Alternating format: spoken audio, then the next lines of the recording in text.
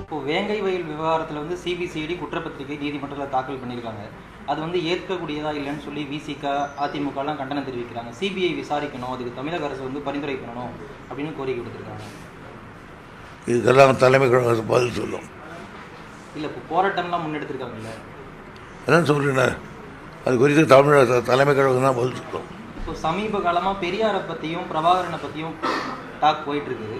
இப்போ இந்த காலத்தில் வந்து இதை பற்றி வேண்டிய தேவை என்ன இருக்கு? ஏன் தொடர்ந்து பேசிட்டு இருக்காங்க சார்? ஒரு சில கட்சி தலைவர்கள் தொடர்ந்து பேசிட்டு இருக்காங்க. பெரியாரையும் பிரபாகரனையும் ஒப்பிட்டு சமீப காலமா பேசிக்கிட்டு இருக்காங்க. அவங்க ரெண்டு பேரையும் வந்து கொச்சப்படுத்துறதை வந்து ஏத்துக்க முடியாதுன்னு சொல்லி பழநெடுமாறனும் சொல்லியிருக்காரு. ஆமா, அது நீங்க என்ன நினைக்கிறீங்க? நாங்களும் அதான் சொல்றோம். இல்ல, இப்போது சமீப காலமா பேச வேண்டிய நோக்கம் என்னவா இருக்கும் நீங்க நினைக்கிறீங்க? யார் முதல்ல பேசுனாங்க? சீமான் பேசுறாரு. அவர் தான் பேசினாரு. அதாவது ஒன்று வச்சுங்க, இன்னைக்கு பெரியார் ஒருவர் பிறந்திருக்காவிட்டால் நீங்கள் இந்த துறைக்கு வந்து இங்கே என்னை பேட்டி காண முடியாது.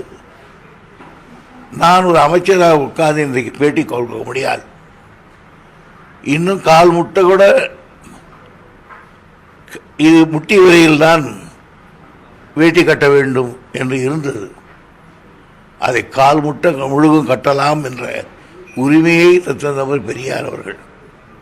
நமக்கு சுயமரியாதை சொல்லிக் கொடுத்தவர், நாம் யார் என்பதை நமக்கு உணர்த்தியவர், அடிமையை கிட்டப்படுக்கிறவனே இல்லை நானும் மனிதன்தான் என்று அறிவுறுத்தியவர். அந்த அறிவுறுத்தலிலே தான் ஒருவராக இன்றைக்கு ஒரு கட்சியினுடைய தலைவராக அவர் வந்திருக்கிறார். மற்றவர்கள் நாங்களும் வந்திருக்கிறோம். எனவே அப்படிப்பட்ட ஒரு அறிவொளியை வீசுகின்ற பெரியாரை நன்றி கெட்டத்தனமாக கொச்சைப்படுத்துவது நாகரிகம் அல்ல.